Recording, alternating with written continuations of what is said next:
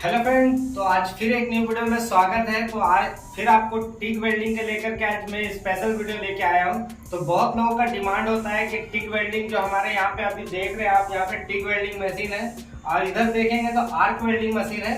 तो आज हम लोग खासकर टिक वेल्डिंग के होल्डर के बारे में बात करेंगे। जैसा कि आपने थंबनेल में अभी देखा है, तो बहुत लोगों का जो नए जो है अभी मार्केट में जो नए स्टील वेल्डिंग कर रहे हैं, टिक वेल्डिंग का यूज कर रहे हैं, आर्गन वेल्डिंग का यूज कर रहे हैं, तो उनके लिए बहुत ही एक कंफ्यूजन का चीज होता है कि होल्डर इसको कैसे चलाना है और चलाने के साथ साथ इसके अंदर क्या क्या चीज होती है, इसका फिटिंग कैसे होता है, इसमें क्या फंक्शन होते हैं। तो जिस तरह से इलेक्ट्रिक वेल्डिंग आपको पता होगा कि इलेक्ट्रिक वेल्डिंग जो होते थे, ये जो वेल्डिंग होता है इसमें ज्यादा कुछ नहीं होता है, सिंपल से यहाँ पे स्टिक लगते हैं। स्टिक लगने के बाद ये डायरेक्टली वेल्डिंग होता है, आर्क वेल्डिंग। इसमें और भी कोई इसमें सिस्टम नहीं होते हैं। लेकिन अगर बात करें यहाँ पे टिक वेल्डिंग का, तो टिक वेल्डिंग का इसमें बहुत सारे फंक्शन होते हैं होल्डर में। तो उस फंक्शन को समझेंगे और आपको इस ये वीडियो देखने के बाद आपको सारा कंफ्यूजन दूर हो जाएगा कि आखिर होल्डर को आपको किस तरह से मैनेज करना है और इसको कैसे कैसे फिटिंग करना है, इसके अंदर क्या क्या चीज होती है।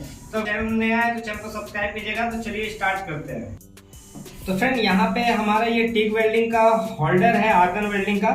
तो यहाँ पे इसमें कुछ ऐसे चीज होते हैं जो कि बहुत लोगों का नहीं पता है, लेकिन कुछ ऐसे चीजें हैं जो लोगों को पता है, नॉर्मल चीजें हैं। जैसे कि मैं बात करूँ स्विच के, तो बहुत कोई जानते हैं कि यहाँ पे स्विच है और ये स्विच क्या है। तो जिन लोगों को पता है उनको तो पता है, पर बहुत ऐसे लोग हैं जो इनको नया लेना चाह रहे हैं, तो उनके लिए ये बहुत हेल्प होने वाला है। तो यहाँ पे अगर आप देखेंगे तो ये जो स्विच है, ये स्विच ऑन ऑफ का स्विच है। आपको बता दें, यहाँ पे जो ये वेल्डिंग होता है, तो अगर इसको बिना क्लिक किए अगर हम इसको यहाँ पे सटाएंगे, यानी अर्थिंग में हम इसको सटाएंगे, तो ये कोई भी एक्शन, कोई भी स्पार्क नहीं करेगा। लेकिन अगर इसको सामने ले जाकर और इसको अगर प्रेस करते हैं, तो यहाँ पे आपको क्लियरली आपको यहाँ पे स्पार्क होता दिखेगा।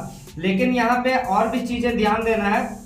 जैसे कि इलेक्ट्रिक वेल्डिंग में क्या होते हैं, जैसे स्पार्क, ये डायरेक्टली स्टिक सटाते ही ये आपका स्पार्क हो जाता है, लेकिन इसमें वो चीज नहीं होता है। यहाँ पे स्विच को आपको कंट्रोल करना पड़ता है। तो यहाँ पे आपको ये हो गई पहली चीज। और दूसरी हो गई कि आपको पता होगा कि आर्गन वेल्डिंग जो होते हैं उसमें गैस होते हैं, यानी गैस के मदद से ये चलते हैं, ये बिना गैस का नहीं चलता। जैसा कि इधर आप देखेंगे सामने में, तो ये सिलेंडर लगे हुए हैं, सिलेंडर के साथ यहाँ पे ये कनेक्ट होता है, यहाँ पे ये गैस पाइप होते हैं और ये होल्डर के पाइप होते हैं, ये इसमें जाके कनेक्ट होते हैं और यहाँ से आपका गैस बाहर आता है। ये क्लिक होने के बाद ही गैस बाहर होता है, ऐसे ये बाहर नहीं होता, गैस रुका हुआ होता है। लेकिन ये जैसे ही क्लिक होता है, ये गैस बाहर निकलता है।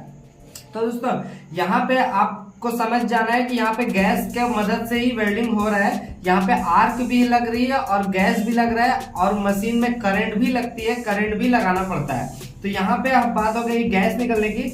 लेकिन यहाँ पे आप देखेंगे, यहाँ पे वॉल्यूम दिया हुआ है। तो ये जो है कुछ कुछ होल्डर में आपको देखने को मिलेगा, कुछ कुछ होल्डर में देखने को नहीं मिलेगा किसी चीज में। लेकिन यहाँ पे अगर बात करूं कि अगर यहाँ पे आपका दिया हुआ है, तो इसका मतलब हो रहा है कि यहाँ पे भी गैस को आपको एडजस्ट कर सकते हैं। गैस कितना निकल रहा है उस हिसाब से आपको कम ज्यादा आप यहाँ से कर सकते हैं। अगर इसको टाइट करेंगे तो गैस बंद हो जाएगा, इसको फ्री करेंगे, उल्टा घुमाएंगे तो आपका गैस बाहर निकलेगा तेजी से।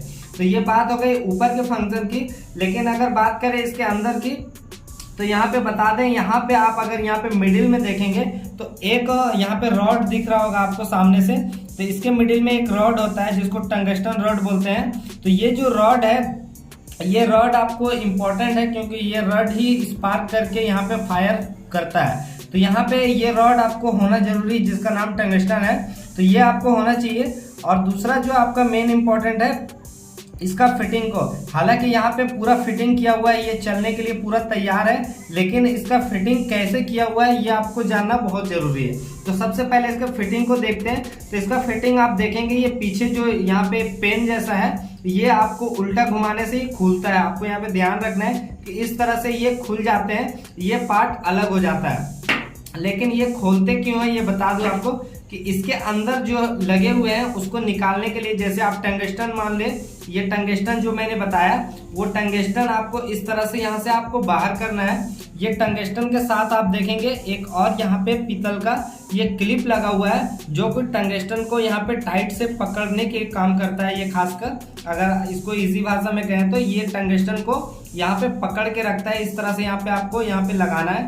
इसका साइज जो है ये बड़े होते हैं, लेकिन ये यूज होते होते ये छोटा हो जाता है, लेकिन यहाँ पे बड़े होते हैं।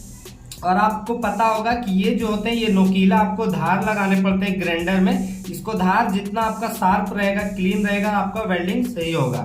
तो ये हो गई आपका यहाँ पे 3 पार्ट। लेकिन यहाँ पे अभी और भी पार्ट है, जैसे कि ये सामने का आपको दिख रहा है, ये एक आपका ये चीना मिट्टी का ये बना होता है। तो ये जो होते हैं ये नोजल होते हैं, इसके बहुत सारे नंबर आते हैं, जैसे कि ये 4 नंबर लगा हुआ है, ये 5 नंबर, 6 नंबर, 7 नंबर, ऐसे जितना नंबर बढ़ेगा इसका मुंह बड़ा होता जाएगा। तो यहाँ पे कम मुझे छोटे वेल्डिंग करने हैं, यानी ज्यादा बड़ी वेल्डिंग नहीं करनी, तो आपको छोटा नोजल यहाँ पे यूज करना है। तो ये हो गई आपका 3rd। अब यहाँ पे अगर 5वां नंबर पे देखेंगे तो यहाँ पे भी एक पीतल का लगा हुआ है, जो कि आपका ये पूरा फिटिंग को कंप्लीट करता है। इसी में इसको घुमाने से ये भी खुल जाता है, ये भी आप देख सकते हैं। ये पूरा पार्ट आपका अलग हो जाता है, ये भी यहाँ पे अलग हो जाता है। अब इस होल्डर में आपका टोटल पार्ट खुल गया है और इसमें कुछ भी नहीं खुलता। इसके अंदर वायर होते हैं, अगर आप इसको खोलेंगे तो आपको इसके अंदर वायर दिखेगा, और ये स्विच के लिए एक वायर होता है और एक पाइप होता है, और भी इसमें कुछ नहीं होते हैं। तो यहाँ पे दोस्तों, यहाँ पे आपको इतने सामान जो भी यहाँ पे होल्डर में है, तो इसका फिटिंग आपको समझ में आ गया होगा। पहले आपको यहाँ से इसको टाइट करना है, और इसको टाइट करने के बाद ये व्हाइट वाला यहाँ पे कवर यहाँ पे रहते हैं, और उसके बाद ये जो आपका ये नोजल है इसको यहाँ पे टाइट कर देना है।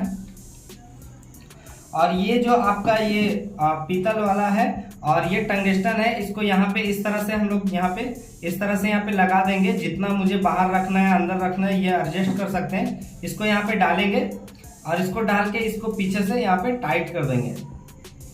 तो यहाँ पे आपका होल्डर पूरा तैयार हो गया। लेकिन यहाँ पे ये जो आपका टंगस्टन है, ये इसको आप अपने हिसाब से बाहर रख सकते हैं। ज्यादा बाहर रखने से वेल्डिंग सही नहीं होगा, इसको आपको थोड़ा अंदर रखना है। तो जैसे कि मैं दिखा दूं, यहाँ पे ज्यादा है, इसको कम कर दूं। तो इस तरह से यहाँ पे आपका ये नोजल पूरा यहाँ पे फिटिंग हो जाता है, ये होल्डर पूरा फिटिंग हो जाता है। तो फ्रेंड, यहाँ पे हमने अभी होल्डर के बारे में पूरा आपको बता दिया कैसे क्या होता है। यहाँ पे मैंने मशीन को ऑन रखा है, यहाँ पे ऑन कर दिया है। चलिए अभी इसको टेस्ट करते हैं स्पार्क करके, किस तरह से ये स्पार्क होता है। तो यहाँ पे हमने एक स्टील का पैड लिया है, स्टेनलेस स्टील का। तो इसको यहाँ पे आपको ये जो होते हैं ये टंगस्टन आपको दिख रहा होगा, ये इसमें अभी सटाने के बाद कुछ भी रिएक्शन नहीं हो रहा है, लेकिन अगर ये स्विच को प्रेस करेंगे तो हमें यहाँ पे देखने को मिलेगा। तो यहाँ पे आपको इसको सटाना नहीं, आपको ध्यान रखना है कि ये जो आपका टंगस्टन होता है ये सटना नहीं चाहिए, ये थोड़ा सा आपको यहाँ पे गैप रखना है ताकि आपका वेल्डिंग सही हो। हालांकि इसके लिए मैं स्पेशल वीडियो बनाऊंगा कि कैसे किस तरह से वेल्डिंग करते हैं। तो अभी फिलहाल मैं इसके लिए पूरा डिटेल वीडियो लाने वाला हूँ, तो वेट करें। तो यहाँ पे चलिए देखते हैं। तो हम लोग इसको सामने से रख लेते हैं, उसके बाद इसको यहाँ से प्रेस करेंगे और देखेंगे।